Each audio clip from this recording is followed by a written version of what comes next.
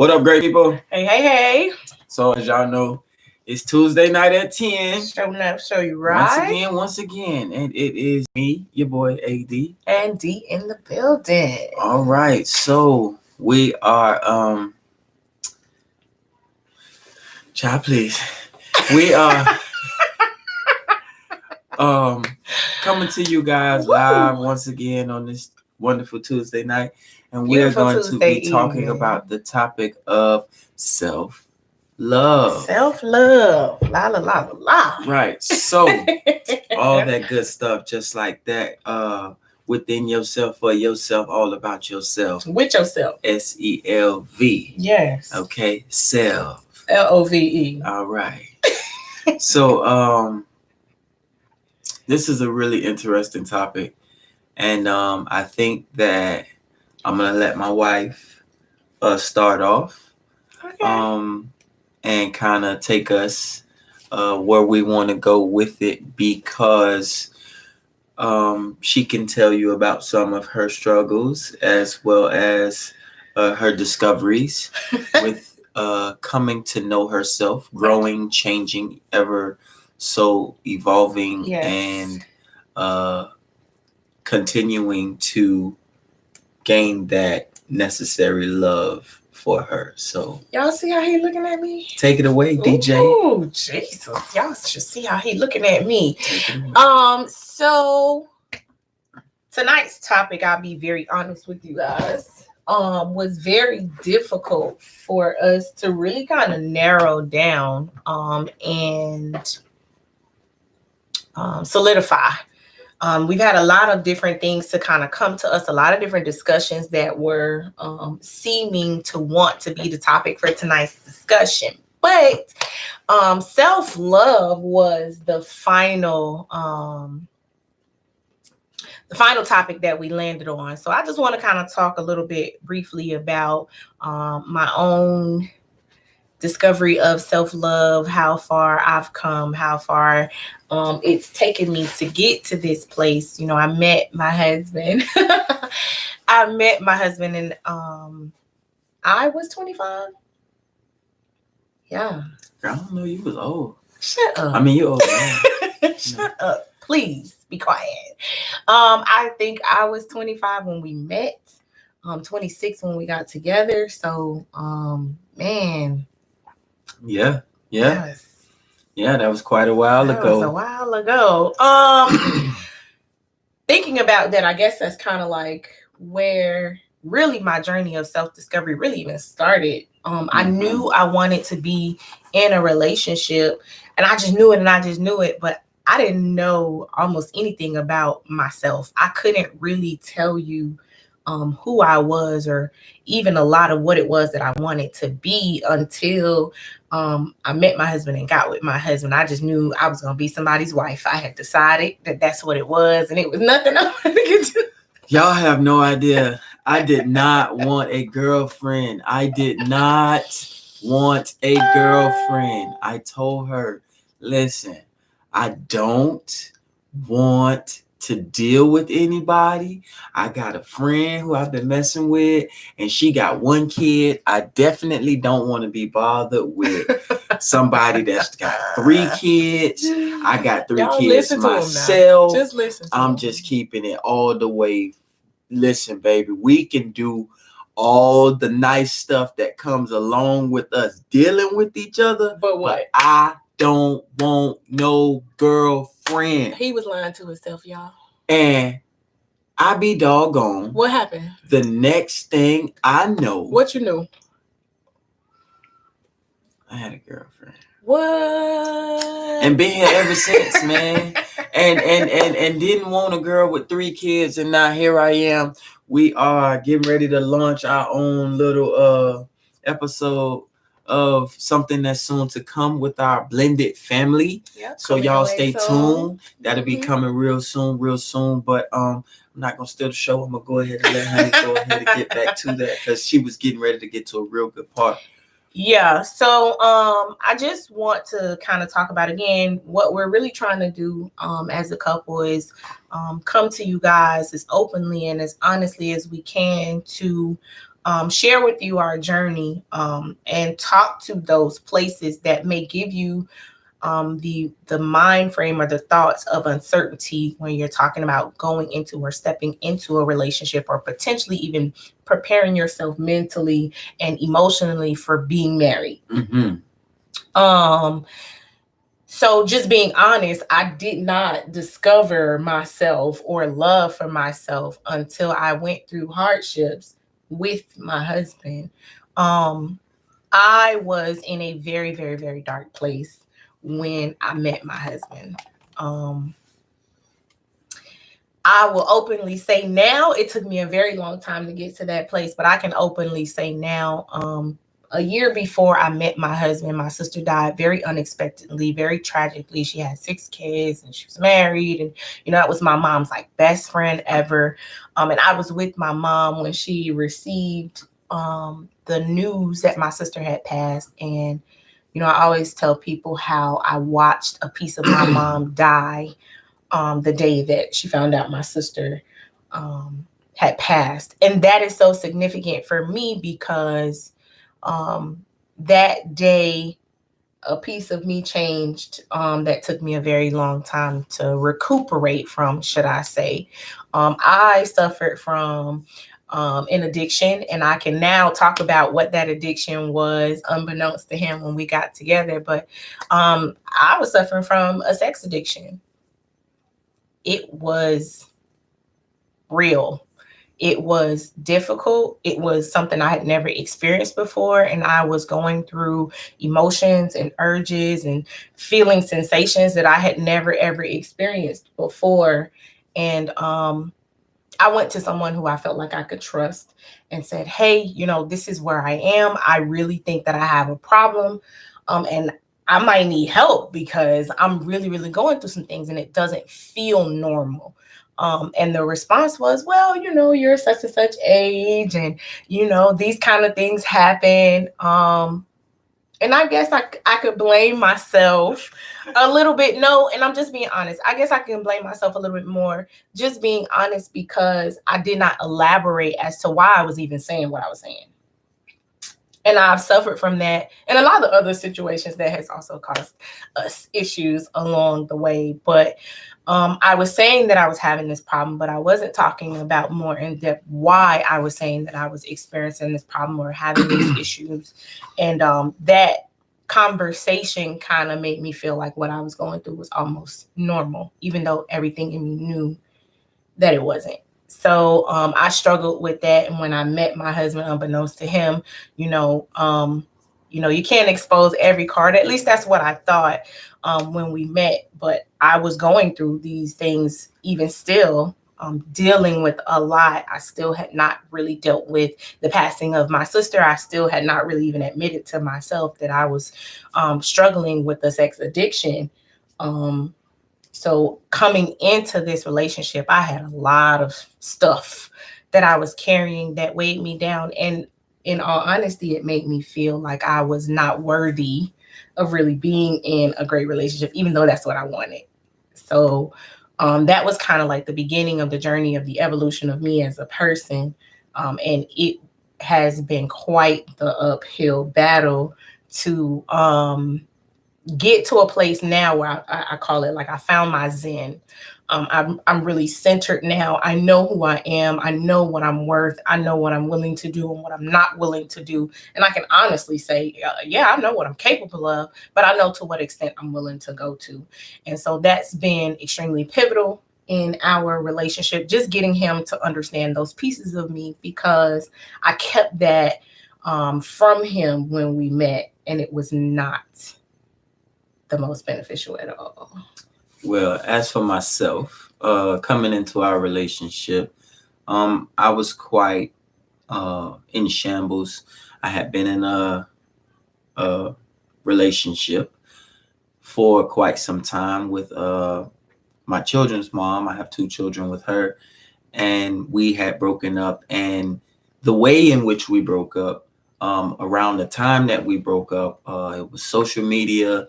Facebook was just like this new thing. I was still kind of like doing the MySpace thing and probably didn't even know my password for that. However, coming into what was the relationship that we started,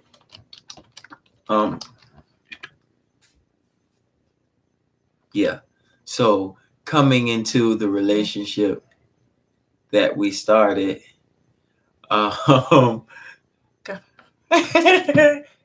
we came to realize that not only did I not want a relationship, but I was still very torn because my children weren't with me, and that was a really, really big deal for me.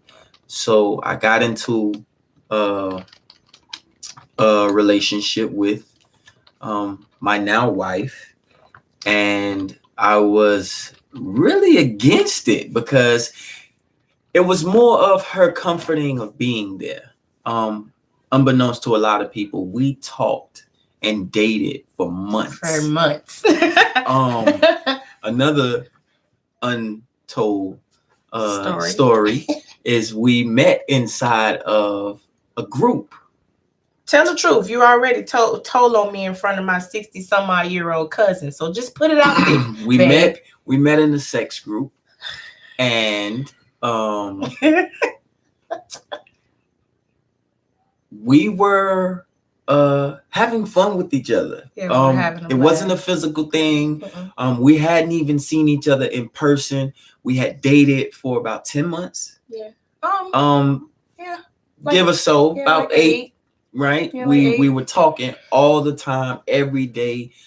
First thing in the morning, on her way to work, on my way to work. Factual. All of these different things. And then we came to where she was like, oh, I'm going to come and get you. I'm in Central Florida.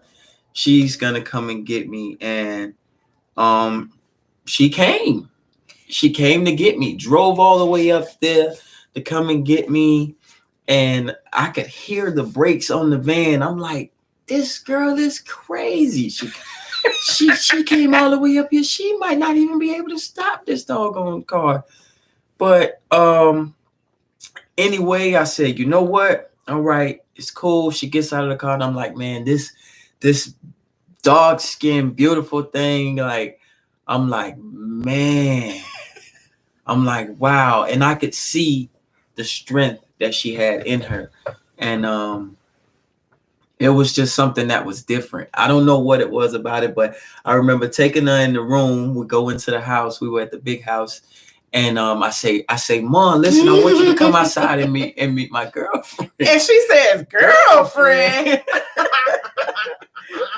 So grandma's approval was everything to me, because that's who raised me. You know, she was like, girlfriend. So I'm like, yeah, I'm like, this the young lady I be talking to all the time. So she's like, I gotta meet her. A girlfriend. You talking about a girlfriend? Mind you, I could hear her saying all of this.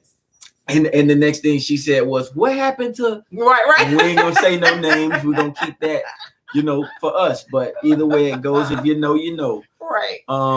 But man, I immediately realized after a short drive down to where she lived, I realized how much she was dealing with. There were clothes everywhere. There was a puddle in the hallway. I couldn't get that thing to go away for nothing. I was like, listen, we're gonna get some rest. It's been a little drive. And don't worry about it. In the morning, I'll get everything in order. And so from there, I got up the next morning. And you went to work. I went to work. Yeah, you went to work. I got up the next morning. I went to work. And I fixed the air conditioning. So I fixed the AC. There was no more leak. I immediately started washing clothes. I got the clothes together. And by the time she came home, I had cleaned up. I had went into the bedroom and cleaned up the bedroom and did the dishes and started cooking some food or something like that. I was doing a little bit of everything, you know what I mean? And she was in awe when she came home. Listen, let me make sure we're clear. I had called the maintenance man to my house 3 separate times to come and fix that AC. Every time he come, he tells me it's fixed. Oh, it's fixed, it's fixed. Wake up in the middle of the night, slip and fall in the hallway because this puddle is back. So I'm saying, why does he keep saying that this thing is fixed when obviously it's not? I keep having this issue. He comes and in one day, and I fixed it. It didn't leak again. It didn't leak no more. Ever. It never leaked again. And so I'm saying, hold on now. It never leaked again. But I did it the right way, of course, number one. And I kind of saw how, important things could be with me being there, because I also told her very early on that men prey on women. They take advantage of women when they see them in different circumstances. And that was something that I felt like she had become a victim of. So definitely, time and time again. We'll keep it short, but I was coming from a very, very, very dark place myself. Everywhere I went, I was getting into trouble. Everything I did, it was causing me an issue. It was not just because I had no filter. It was, I don't think it was my intentions. I think it was my methods. And, I always had a heart of gold. I would give anyone, a complete stranger, the shirt off my back, but I might have stole that shirt.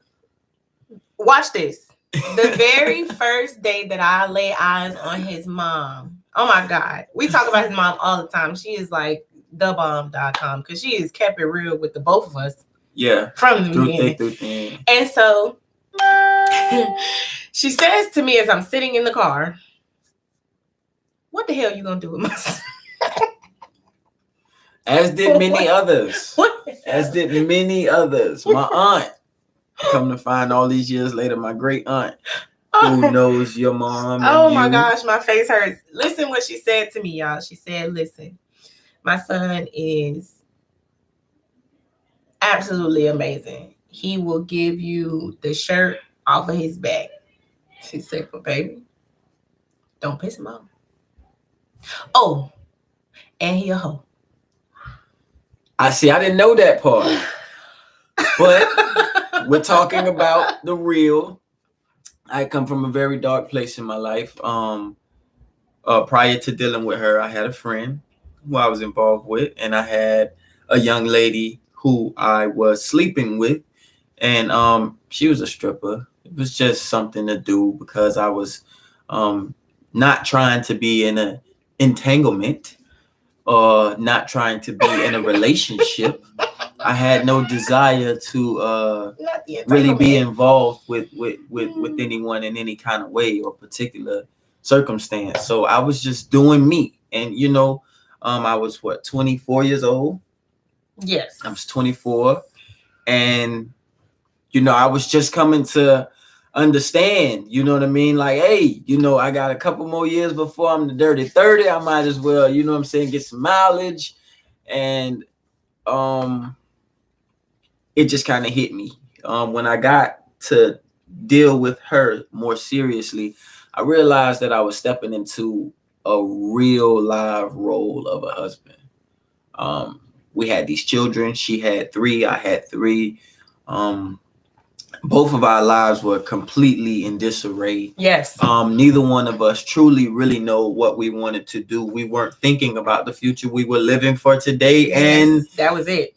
Really just happy to see tomorrow. Today, right? Like, if there was a tomorrow, we were dating during the YOLO phase. Oh yeah. So man. it was whatever. Hey, yeah, and YOLO, oh man, that took another toll on us. Let me tell you, we did some spontaneous, crazy things just trying to be an item. Yeah. And then that's where the self-love thing comes into play. I, for one, had no idea of the amount of things that she was dealing with. She was not completely clear about where I had come from, or the things that I was involved in, and even the extent that I was capable of. This is what he said when we So- met, y'all. Let me make sure I throw this out here. Cause see, we're not gonna do that. We're gonna keep it all the way at 100. Okay. When I met him, he told me, "Don't Google me." I hope she didn't. I actually did not. I did not Google him because he said not to do it. And so I'm the kind of person that sometimes I'll take the road of chosen ignorance. You know what I'm saying? Like, I'd rather not know certain things. I'd rather not be exposed to certain things because I know that that knowledge will create certain levels of opinion and stereotypes. And I didn't want that. I didn't want to take what I felt like was a great opportunity. He had this wonderful catchphrase when we met each other. You know, he's from Miami, y'all, so you gotta watch him. But when we met, he would always say, "I am a good man destined to be a great one." And that just, I was sold from then. Like, I knew then, like, oh yeah, that's gonna be my husband right there. Like, oh, it's a wrap. Well, I always desired more. I always wanted more. I always wanted greatness. I came from greatness. I aspired to be a great man. However, like I said, my intentions were pure, but my methods were completely all the way backwards. A mess. They were I had all the way backwards. man, listen, I was a grade A mess up. And I said to her, after introducing her to my godmother, Yeah. Mama D, right? The original Mama D. Okay. Okay. And Mama D is, after introducing her to my godmother said to me, "This is a woman, and you gonna have to grow up if you want to deal with this woman." And she said to me, not long after that, she said, "Hey, I'm gonna tell you, baby," she said, "if you always do what you always did, you'll always get what you've always gotten." She said, "But I'm gonna tell you that if you truly love her, you can be just as good at being good as you were at being bad." And I be doggone, man, the light came on. And I was like, all right, cool. Yeah, okay, I could do that. But I was still torn. Yeah. And I still made a lot of excuses about what it was that I consisted of and what I did in order to make myself feel better about doing the minimum. Yeah. I was not concerned about getting a job. It was so much easier for me to hustle. Yeah. For me to trap. For me to, whatever interpretation of a term you'd like to use to justify my actions at that time as a young man. That's what I did. But I had this desire to be with this woman. Our children met. They just met so well. They blended amazingly. The kids were the children were truly, honestly, babies. The oldest was 7, and the baby was 1 year old. So, they met and they were thick as thieves from the very first time they laid eyes on each other. And we couldn't have asked for a better situation, at least out of the kids, because it made us think. Yeah, like it put us in a different perspective. I grew up, kind of like half of my childhood with my father and the other half without my father. And he grew up with neither. I was raised solely by grandmother, and my grandmother was a registered nurse in the 90s. She slept all day and worked all night. It was literally just me. And a lot of the hardships that I dealt with, I was molested when I was younger by a family friend. I acted out sexually as a young adult. And I was also physically abused by my older uncle, who was raised in the household partially with me. So a lot of the things that were displayed in anger and frustration were things that were never communicated. And they were things that were quite unclear until I started to grow up after going evolving going through the woman that I decided that I was gonna deal with, you know. And I said to her, I was like, man, you know, this is it. Like, I'm gonna tell you right now, if this don't work out, this don't work, after this. I'm gonna be a bachelor. I'm gonna get me a motorcycle and hang it from the ceiling. I'm gonna get me a bad apartment, and I'm gonna do what it is that single men do for the rest of my days. But she was like, baby, look here, let me tell you something. And this was prior to me even knowing she was married. She was married and not divorced. This was prior to. Nobody puts all their stuff on the table. Nobody puts all their stuff on the table. And some people don't put anything on the table. Some people just come with a bag lunch. I'm just saying. Okay? So I'm just saying. That was a whole situation. We'll talk about that another time. Right. You want to talk about him cooking me breakfast? We can talk about that. Anyway, I'm a beautiful person. We ain't gonna be petty. We ain't gonna be petty. We're gonna keep to the narrative of self-love. What happened to the two of us was the light bulb came on with the two of us, and we decided that we wanted to be a item. We wanted to be together. We wanted to raise our children together. We had decided that she would be the best idea of a mom. And he was absolutely phenomenal for my children. He came into my life and the kind of person that I am, the kind of mother that I am. My kids are my everything. End of discussion. He did cook him breakfast, but we'll talk about this another time. He did. But it's kind of lame. He came into my life, my kids' life, and the way that my children took to him. I'm a firm believer that children know who's good for them. And very early on, they called me dad. And I was like, it was weird because I was like, yo, my name Adrian, little homie. I got my own kids, partner. Nah. And what's so crazy about that is he wasn't really feeling it, and we got a lot of backlash from other people. But me personally, you'll learn about me that I don't really care for people and their opinions and whatever it is that they have to say. But for me, the fact that my children felt like he could be their dad, that spoke more volumes to me as their mother than even him feeling some type of way about them calling him dad. My kids were not the kind of kids to just throw out labels. Well, I was around, and our healing process started as we started seeing the changes in the children. That self-love road was one that was really tough for the both of us. It was a long walk. Her, because there were so many things that were not disclosed. Me, because there was a lot that was expressed but not communicated. Right.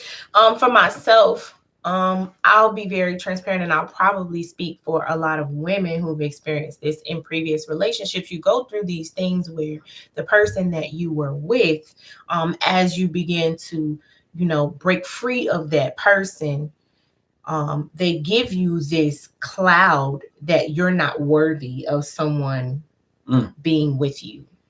And no matter how hard you may fight that, it goes with you. It stays with you, and you feel like no one is going to accept what comes with you.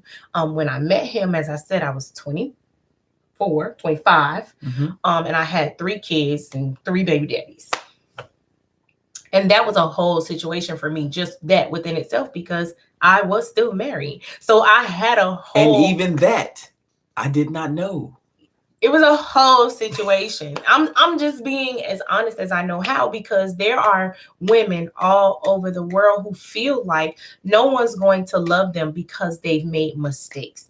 Because me being with the people that I was with and making children and having these situations, these were mistakes. These are not things that I set out to do. These are not things that I woke up one day and was like, no, I'm not going to have a baby with him. I'm going to go and sleep with him. It was never that thing. It was just I was living my life, and I was so naive. and I was so immature, and I was so attracted to the wrong kind of people that I kept finding myself in these situations where here I am, I'm pregnant, and I have no help. And I felt this again, this journey of self-love. I felt like for a long time I was not worthy of someone loving me. That was really deep. And kudos to you for being as honest as you can be at this point in time. I'm very grateful to see that. But also, I know that it was something that was tremendously hard for her because of what we went through, because of how things were established. We were having a meltdown before we even truly got to know who we were as counterparts. I kid you not. That was something that was serious. That was definitely difficult. Not long after that, she was exposed to how vocal I could be, as well as how violent I could be at that point in time in my life.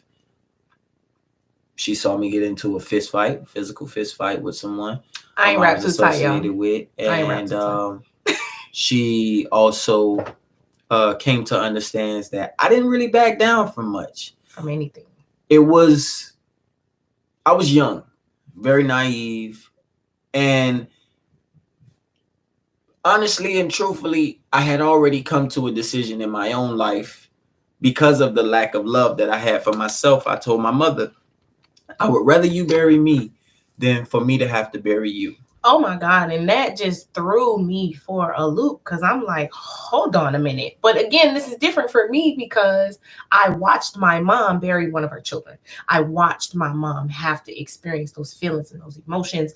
And I knew that she was not the same person. And that for me spoke so much for how it was that he valued himself, for him to say, I'd rather you bury me than me bury you. And I just could not wrap my mind around that. And it just, I kid you not, like when I think back to where I was and how things were when we first met, I just wanted to love him. Like I just wanted to like open my chest and just like pour love right out of my heart onto him, because I felt like that's what he was missing, and I just wanted to give it to him. Like, we got to a place where pillow talk was a everyday every thing. night.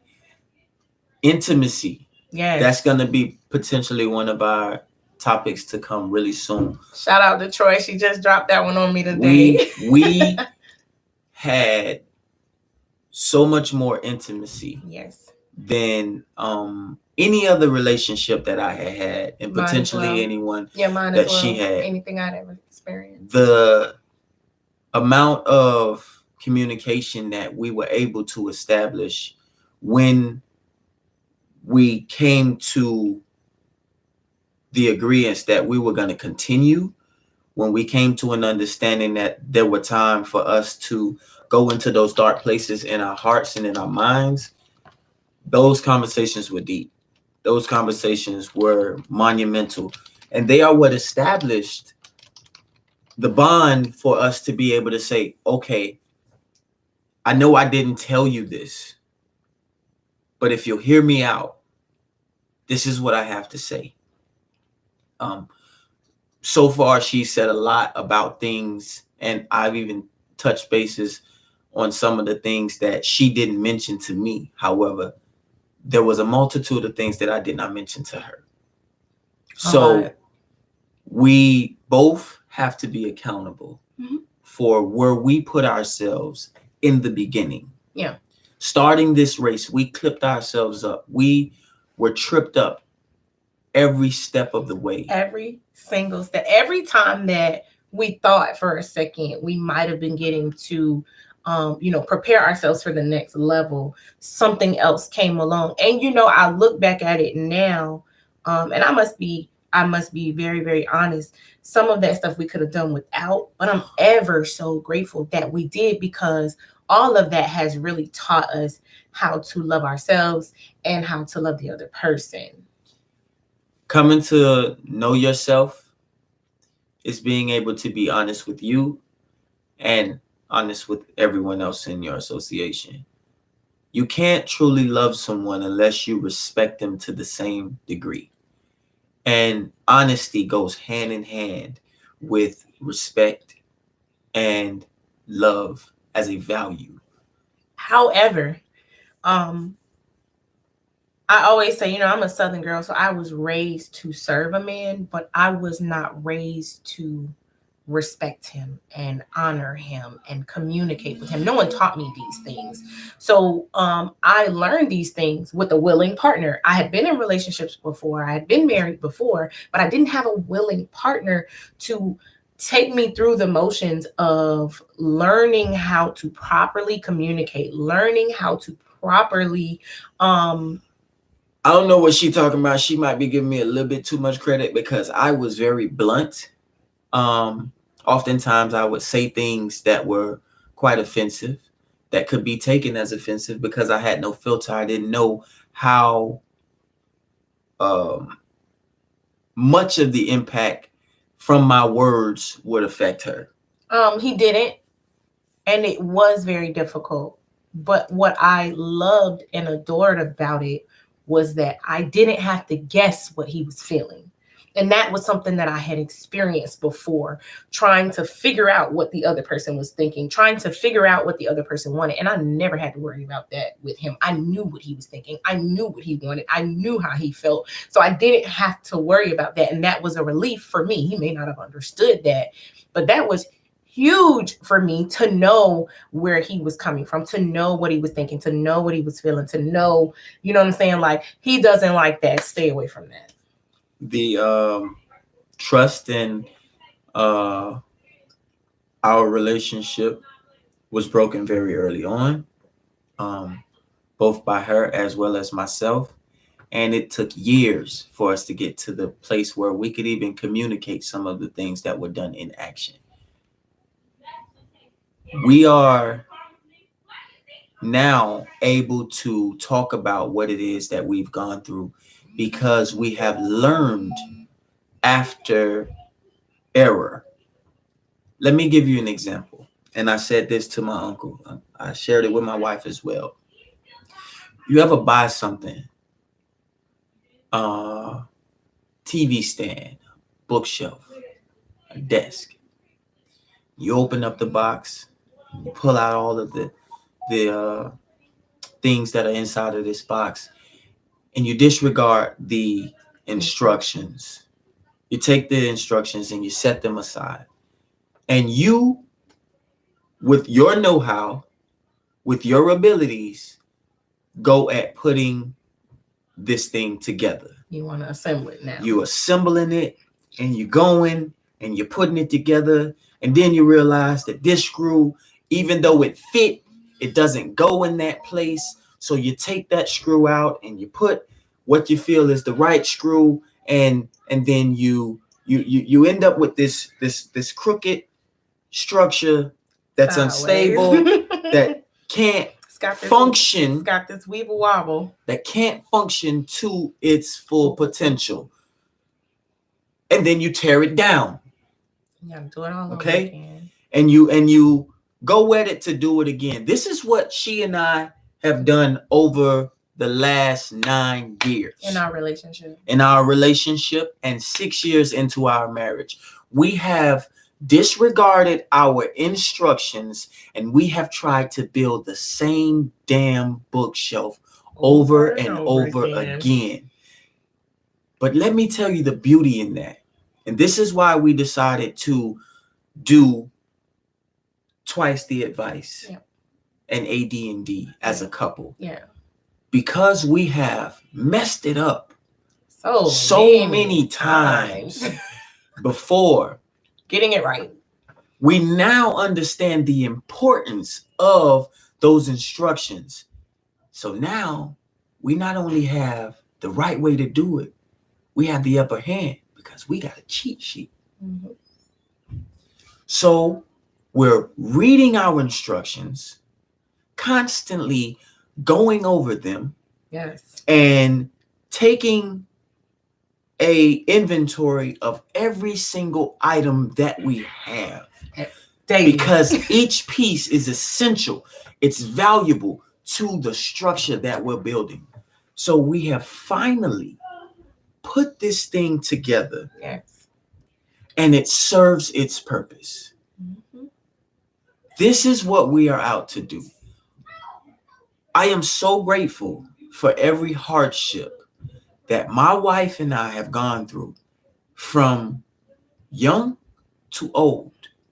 And I know that we're not done, but with the right amount of understanding and commitment, we'll always be able to go back to our instructions, Yes. Pull them because things out. we know what we're trying to build. We know exactly what we're trying to build. And we are trying to help other people Get who are there. trying to build, Yes. To who get don't there. understand Yes.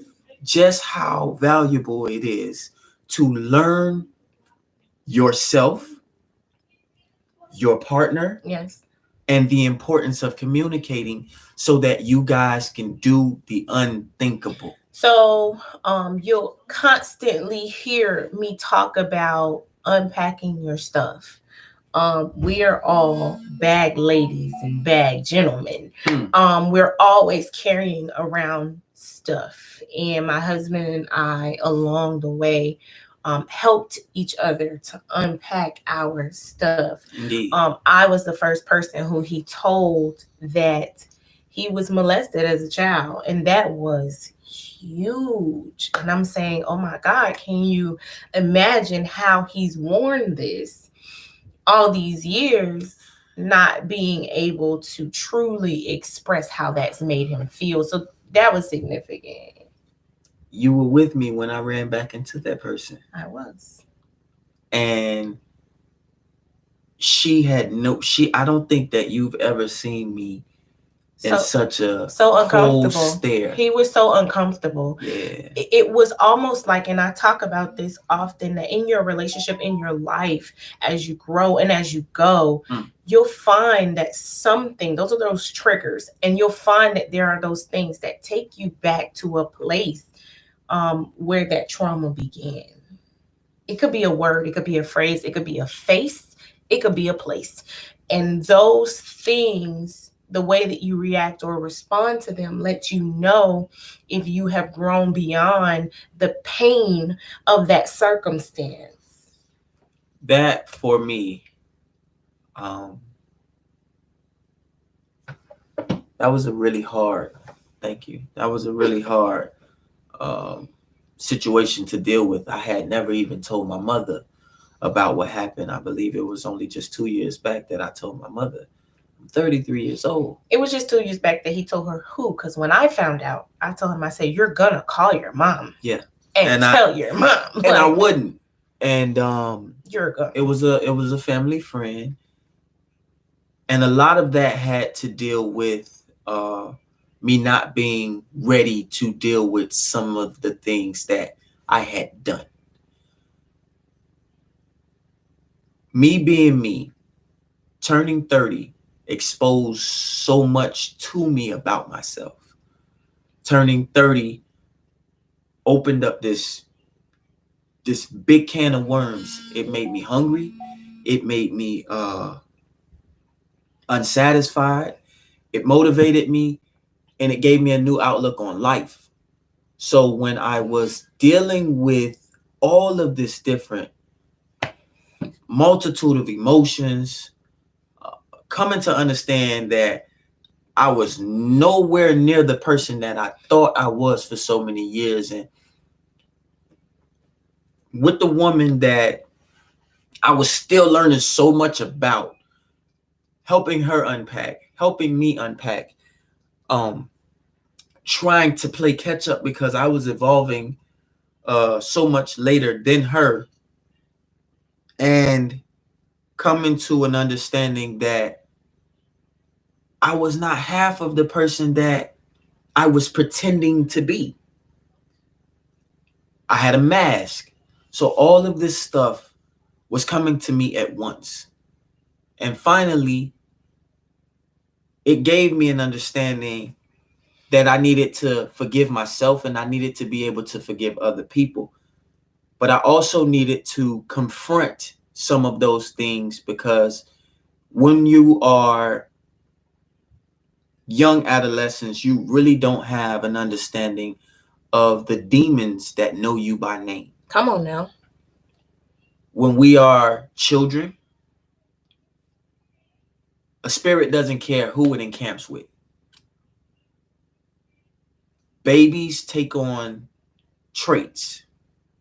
When you practice those character traits, they become character flaws. And I was doing this repetitively throughout my adolescence until I was an adult. And I felt okay with that. And I made excuses and exceptions for that because I had no idea of who it was that I had spoke over myself to be. Saying that I was a good man destined to be a great one. My God, I had no idea of what it was that I was going to have to deal with. He had no idea that by him saying he was a good man destined to be a great one, that at the very same time of him saying that, he was literally pulling himself out of the situation he put himself in. It was a real live manifestation. Oh my gosh. To watch it was like watching Jason, you know what I'm saying? Like it was a horror film at times, and then other times it would be like this comedy. It would be hilarious. We've had some very, very ups and downs on this road of his self-discovery, and it's been quite a movie with my self-discovery as well. But he didn't realize that saying, "I'm a good man destined to be a great one," and him being placed with me was going to really take those words and make those words real and pull some things out of me. I was almost murdered twice, and I almost died with kidney failure, acute kidney failure, rhabdomyolysis, all in 1 year. So all of these things all that were in happening, about 6 months, from January to like about July. Yeah. August. July, maybe. August, yeah. It was a lot going on. And I came to an understanding of how it was that I was picked out to be picked on. It was by my own words that a lot of these things were happening. It was by my own actions that a lot of these things were happening. And then it was by some of my own prayers that a lot of these things were dissipating. Yeah. So with us coming to get a better understanding of each other's perspective, yeah, her looking into my life, me looking into her life, her pouring out her heart, me wanting to receive that, and me doing the same for her, we loved on one another well enough to where we could begin to work on ourselves individually. Yeah. That by far was the most monumental part of our story. Yeah. We went literally from the borrowers to the lenders. We moved, we got saved, we got married. A lot of wonderful things happened thereafter, us coming to understand our purpose in each other, but also being able to accept the lack of understanding that we had of our own individual selves. I think, because I don't know this for certain, but I think that relationships have this construct where there's usually one person who's more outspoken, quicker to get upset. And then there's the flip side where there's someone who's a little bit more laid back and someone who's a little bit more forgiving. And that has brought us extreme balance in this relationship. We have both gone through our fair share of things, but I have exercised a lot of patience and a lot of understanding, and have um, toiled through a lot of things on my own, as opposed to making them into verbal confrontations between he and I. I understood that it was his methods.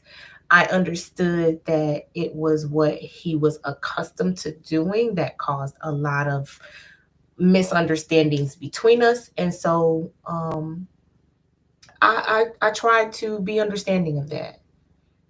So it has allowed us both to grow. And the growth is evident in ways now that we can't not see it. Like we have to just call it for what it is. We don't really do a lot of fussing anymore. Now it's just kind of like, okay, you know. It's infectious. I'm grateful for coming to understand who I am as an individual, because I now understand that my wife is a product of me. So when we go places, people are going to be drawn to her. It doesn't necessarily have to be something that's a negative that is associated with who she was, or something that she used to do or partake in. It's something that now is used as a construct. It's a conduit to draw people in, to be able to establish what it is that we are meant to do. Everyone here has a job. Everyone here is put here for a reason. And I now not only understand that I was put here and put with her for a reason, but the purpose of us, two black sheeps that have come together and really truly gotten it out of the mud, to turn around and be able to have children that are on the honor roll, uh, be blessed the way that we are, exceedingly abundantly above all that we could ask or think. This is true. To be entrepreneurs, and getting ourselves involved with so many different endeavors, for us to be legitimately in love, to be happy, to not fall victim to circumstances like our own interpretations or even our own shortcomings, and particularly our past. We both come from dirt. Uh, but if you want to tell the whole story, tell the whole story, because we all came from dirt. Sure enough. We all did. You understand? So I'm grateful to have the perception and the perspective, let me say, that I have now, because it allows me to take my emotions out of it and think things through and see them from the perspective that is ideal for us to continue to do what is necessary. Definitely. So by us being able to limit the unnecessary things, communicate really, with each other. Yeah, really focusing on that. What has helped us the most has been rediscovering our friendship and making that the focus. Like, yeah, we could be together, husband and wife, and we'll, as far as I'm concerned, we're always going to be husband and wife. There are plenty of people that are married that grow out of love. There are plenty of people that are married that don't truly like each other, or don't see themselves being anywhere else, because they don't want to be alone. So I am not having that. If I'm not happy, you're gonna know I'm not happy. That's true. That I can't necessarily say that was the same circumstance that I dealt with my wife. We went through a very tough time early on in our marriage. However, I also came to understand that there was a lot of reasons why she did not communicate certain things. So now that she has discovered what it is that she needs to know about herself, she can focus and put that energy into being who it is that she needs to be, so that she can travel with her energy, so she can grow with her knowledge, so she can establish what it is that she needs to establish in order to help others as well as the generation that's yet to come. The fact that we are Black and young, married, intact family, raising these children, that right there automatically lets me know we're beating the odds in every way possible. And we kind of decided when we met and the kids got along so well that we felt it necessary to give our children what we did not have, which was a that two-parent one household. opportunity. That's right.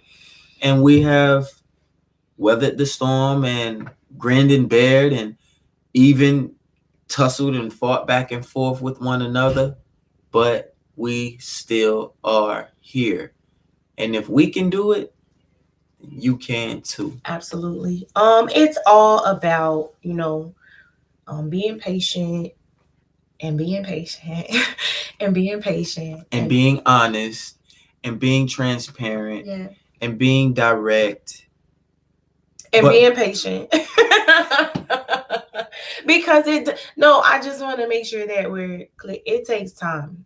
It takes time, and it's going to take you through some things, and you have to be patient through that process. You have to trust the process.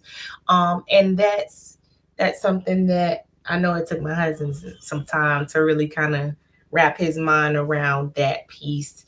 A lot of people have this idea that marriage is a magic wand and things are great and grand. But I understood with this being my second marriage that it doesn't work that way. And I begged him, like, please, when this gets difficult, when you don't like me, when things happen, I need you to reassure me that you're still going to stick with it. And he thought I was tripping. He's like, what do you mean? Everything's going to be great. And I'm like, I thought the same thing when I got saved. Yes. I got baptized. I was like, you know what? My great grandmama, she was a saved woman. She was a praying woman. And I'm going to go give my life to God. And I'm going to get rid of all of this crazy stuff and this bad luck and this, this juju that's on me. And man, I came up out that water and all hell broke loose in my life. In every sense of the word. And if it were not for those negative circumstances, the beating, the shaking, the pressing, it wouldn't have given me the opportunity to see myself in the eyes that I see myself now. And it's not for me to glorify me, but if you know me, and as you guys will hopefully continue to watch and get to learn more about us, you'll come to see that I am not where I started. And even though I am who I was, I'm no longer who I was because of who I am.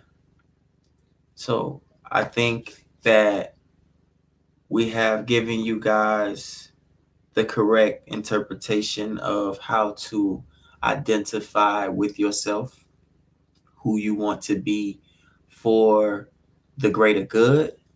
We thank you guys for your time. Thank you for tuning in, y'all. We're going to love on y'all the same way that you guys are loving on us. Definitely. Do us the favor of liking, sharing, subscribing. Definitely. And hit that bell because you'll definitely be seeing a little bit more of us. And when we're on, you want to make sure that you're getting those notifications that we're online. We're going to be sharing a little bit more of us with you guys. We're going to be sharing a little bit more of what we do. And just planting a seed early. AD&D will be more than just a social media platform. We've got some things in the work because Valentine's Day is around the corner.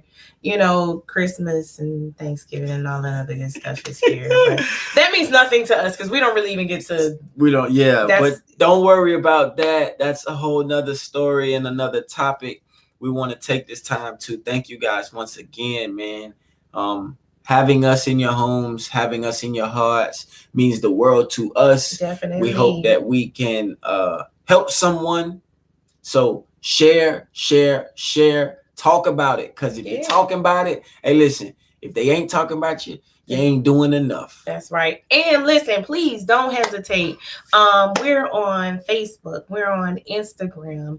And you guys see us here on YouTube. We posted our email address. If you guys got any questions, Power off. Any situations, any circumstances that you kind of want AD&D to kind of reflect on, that's really what this is about. We want to give you guys the opportunity to reach out to us.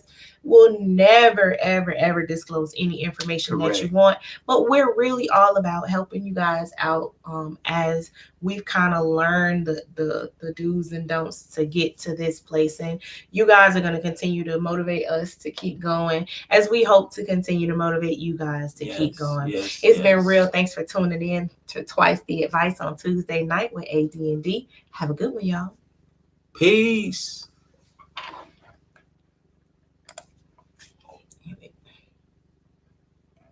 End.